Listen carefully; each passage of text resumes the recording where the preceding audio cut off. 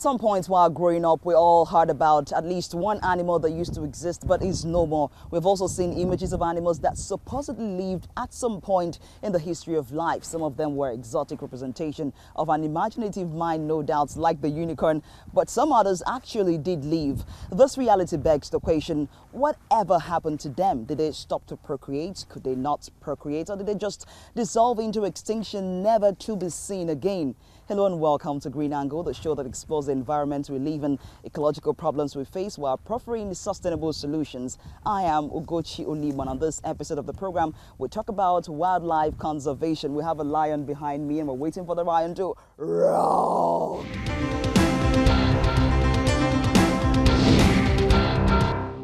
When we talk about wildlife conservation, many really don't understand what it entails. Can you help us understand what it really means when we talk about conservation of wildlife? Wildlife conservation has to do basically with undomesticated fauna. Fauna is the term we use to call animals. So then, the undomesticated fauna, they are a very important aspect of the environment. And wildlife as it is generally, it falls on both sides: fauna, undomesticated, and flora, uncultivated. And for wildlife conservation, one thing we should understand is that God created we as humans, He created plants and He created animals. He gave us different portions and He made it such that we can operate individually. We do not have to lay so much burden on the other person. Plants should not conflict with humans, humans should not conflict with animals. And in cases where such happen, there are measures to manage these situations. Hence the need to understand wildlife conservation. So wildlife conservation entails sharing the knowledge as to managing the conflicts that may arise, as to managing the resources we have in the wild, that's both animals and then plants. So what are the activities that threaten wildlife? There are quite many, but the two prominent ones are poaching. Poaching has to do with the illegal hunting, where people go into the protected areas, protectorates, national park, game reserves, whatever name we choose to call them. When we have people access this place illegally to carry out hunting for their own selfish reasons and against the growth of our wildlife activities. Aside that, we have burning. There are people who decide to just carry out indiscriminate burning on areas that are protected, and with this they tend to wipe off a whole lot of our wildlife resources. If you can address the issues of poaching, if you can address the issues of burning, if you can address the issues of poverty of the mind, that's illiteracy, then we can have so much landmark in serving our wildlife resources. How about climate change? And other issues where animals can't even find water or food to eat, and they are in the wild. Now, this is the point. In the wild, these animals can take care of themselves if we do not influence them. By nature, by creation, they have the ability to source for whatsoever they want, and they thrive brilliantly. I would not shy away from the fact that there are natural cases like lightning that could cause fire and then wipe out a community or a particular reserve. I wouldn't shy away from climate change. I wouldn't shy away from deforestation, activities of deforestation that cuts down trees and then leave these people naked without a home. They leave these animals homeless. But then all these things still goes back. The major bulk or the bulk of it lies on we as humans. I understand that part of the challenges of conservation is the issue of urbanization, where we cut down forests, just to ensure that we have the good life and we are building houses and developing. That's a huge problem. As Africans that we are growing. And when it comes to urbanization, we are trying so much to do the best we can. But then if we make comparisons with other continents, we would see, like in the US, they just celebrated 200 years of having protected national parks. Now in Africa, take for instance, Nigeria has 7 national parks, Gabon has 13, Kenya has the most, which is 25. And this is because they have marked out this place. So whatsoever urbanization, whatsoever activities will be taking place within that area cannot intrude in those places that have been marked out. Interestingly, many people have even asked the question, do we really need to conserve wildlife? Do we need them to balance the entire ecosystem? What do you think? Okay, the truth is, if we do not understand these reasons, we would not prioritize it. Now, research has proven that the existence of, the most recent research has been able to prove that the existence of chicken can put away malaria. Before now, we also had researches that has been able to point that existence of elephants in a particular area is huge in maintaining the greenness of the area. I remember many years ago when I was younger, there was this path on the way to, we used to travel through, and then the area was always green. And when we asked questions, when I asked my parents, they said it was because an elephant was there. A very large space, green, unlike other places that were brown and all of that, and said it was because an elephant was there. Then with further understanding, further research I made, I discovered that the presence of an elephant in the area has this natural way of maintaining the greenness of that area. Away from that, science have also proven that the existence of birds works on the psychology of human. It has been used to treat people with mental cases. They just put them in a place where you have birds. If you go to psychiatric hospital, you'll see there are a number of trees there. And the places where they put people that have serious issues are places where you see a lot of birds. So these things actually, they are very important. But if we do not understand them, if we do not talk about them, there is no way we will know what we stand to benefit from them. And we'll see no reason, we'll just wipe them off. Now, beyond punishing people for killing wildlife, how about indigenous people who are in communities where they have a right to their wildlife and other natural resources they have? What alternatives do we have for them in terms of when we tell them, don't kill your animals, what are they supposed to do? It's interesting that we want to satisfy our belly and then we want to justify the fact that this is grass cutter, I can kill it and eat it. It's fine. But then, what is the rate of regenerating these things? Now, in wildlife, it gets to a stage where you have to kill. I can't remember the term, but it gets to a stage where you have to eradicate some of these animals because when they are too much, they tend to affect the place. They tend to kill themselves, and then they could even they could not help you achieve that which you want to achieve. So there are cases where you have to have one male to service 5 females for some animals. In other cases, 2 males to service 5 females. In some cases, 1 to 10, depending on the animals. Now, in such cases where you have 3 males, it is justifiable to get one out of the place, kill it, and enjoy it. Because the remaining 1 you have there can service the other 5 and regenerate more younger ones to maintain it.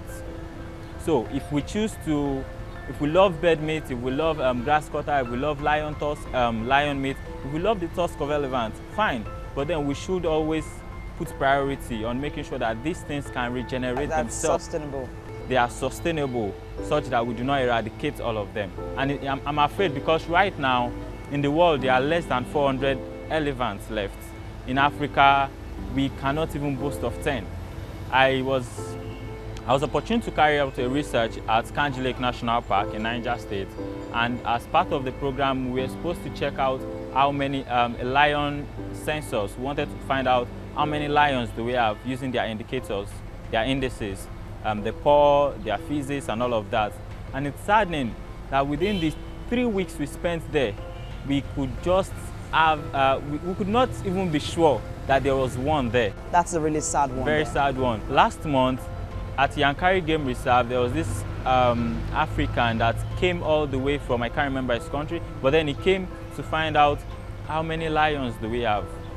And interestingly, Kiki is his name, yes. Interestingly, he spent, I think, 2 weeks there and he still couldn't find one indices that there is still a lion. We understand the fact that some of these animals migrate from Nigeria to other countries, but then it doesn't deny the fact that we have, by actions, by the things we do, we have taken out a whole lot of them for our selfish reasons.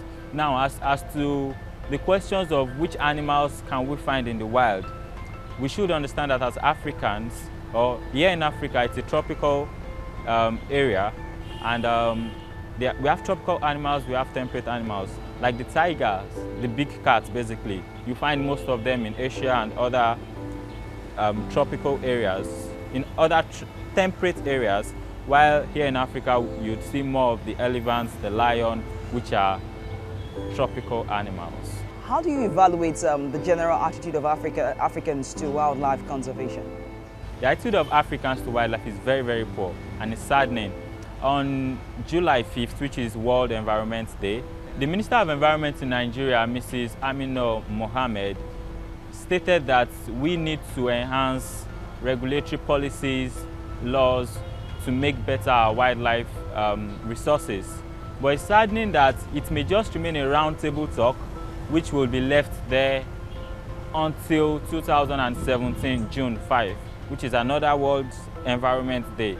And then because nobody's understanding the need to protect these things, we see them as just for meat, we see them as for bags. You know of ladies that want leopard skin as their bags, cloth and all that. So we just see them as, let's just kill them, let's consume them, let's make money off them, and there is no need to preserve them.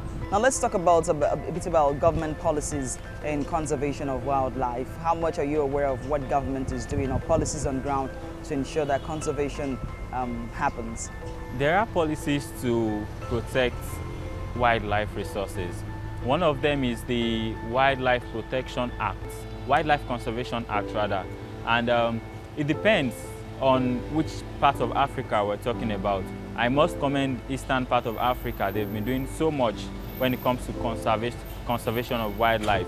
They make sure they prioritize it, and according to this act, the cost, the penalty for stealing or the penalty for just encroaching, crossing and then stepping into a protected area could be as much as taking you to jail, let alone killing the animals.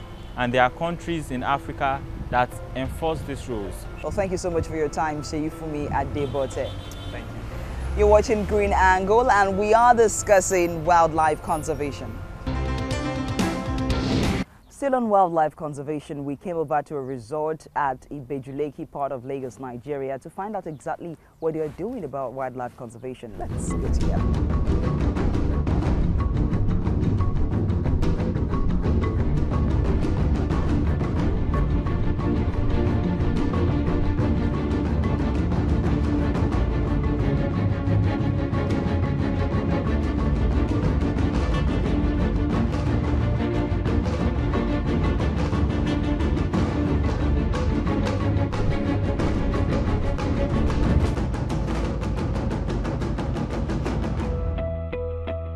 Okay, so we heard about this place and we came to find out what exactly you do here with the animals you have here and how you conserve them. Can you let us in on how you do what you do?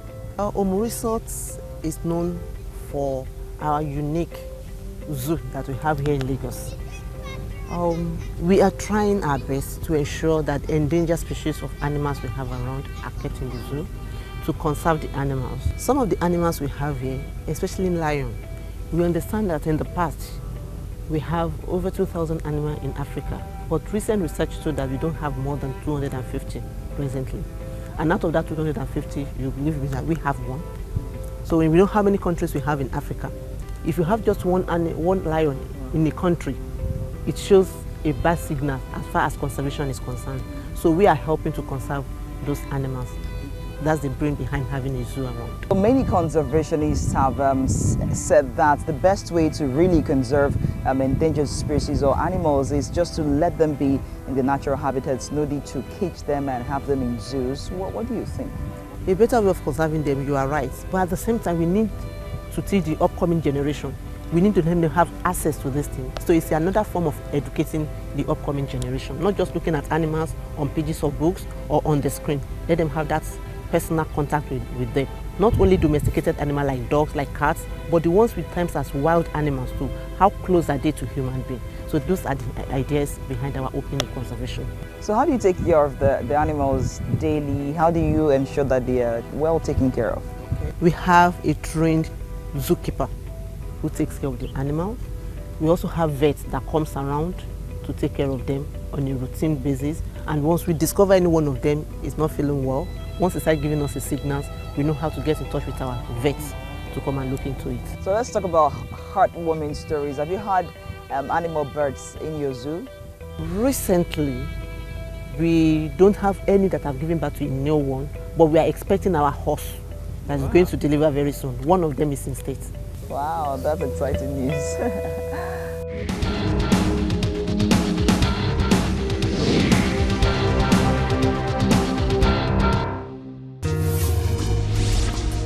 Countless wild animals are displaced by urban sprawl and habitat fragmentation, which sometimes lead to conflicts between people and wildlife. An endangered species is one whose numbers are so small that it is at risk of extinction. A species is defined as endangered or threatened when it suffers from these factors: damage to its habitat for recreational or entertainment purposes, disease or predation of the species, and hazards to the continued life of the species. A species is declared extinct after many years of not being spotted. Extinction is a natural phenomenon. It occurs at a natural background rate of about 1 to 5 species per year, but scientists estimate we are now losing species at 1,000 to 10,000 times the background rate, with dozens going extinct every day.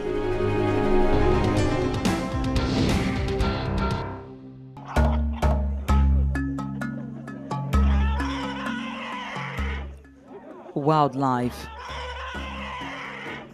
Traditionally only referring to undomesticated animals, has come to include all plants, fungi and other organisms that grow in an area without being introduced by humans. Wildlife conservation is the practice of protecting wild plant and animal species in their habitats, the aim of which is to ensure the continuity of nature for future generations to also enjoy. The need for the conservation of wildlife has become increasingly important due to the negative effects of human activities on wildlife.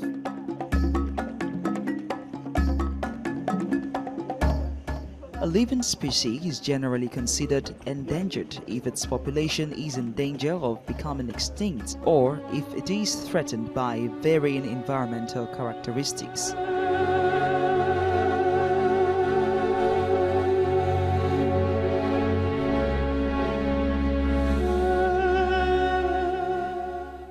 The increasing population of mankind is the biggest threat to wildlife. More people on the planet translates directly into more consumption of food, water, and fuel, and then more waste is generated. The destruction of habitat, which mostly occurs through land development and farming by humans, is also a major threat to wildlife. Wildlife plays a significant role as its presence affects the character of its habitats by continually supporting the evolutionary adaptations of everything in its environment. All wild populations of living things have numerous links with the living things around them. Climate change, unregulated hunting, poaching, overexploitation, deforestation and pollution are other factors contributing to the disappearance of our habitat. In developing countries in Asia and Africa, wildlife is a big source of food and livelihood. The various plant species in the wild are also a rich source of traditional medication. In developed countries, the presence of wildlife is usually an avenue for the creation of a thriving tourism industry. National parks, just by opening wildlife observatories and creating safari parks where visitors get to observe wild animals in their natural habitats, are a huge income earners.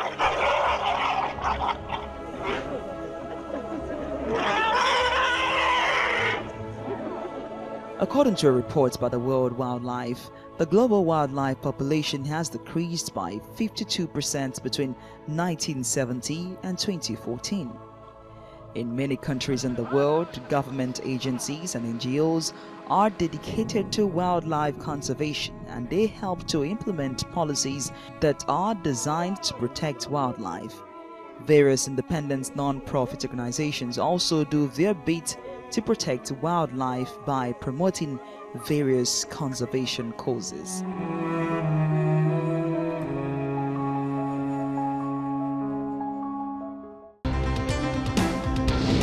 Well, the need for the continuous maintenance of the ecological balance of nature cannot really be quantified. Instead, wildlife plays a significant role as its presence affects the character of its habitat and supports the evolutionary adaptations of everything in its environment. Yes, many factors threaten animals today, but once an animal goes extinct, it's gone forever. And we must do our bit to protect and encourage the survival of all endangered species. That's it for us on the program. For your comments and suggestions, please use the addresses on your screen. I am Adebote Oluwaseyifunmi. Thanks for watching. I'm taking a ride.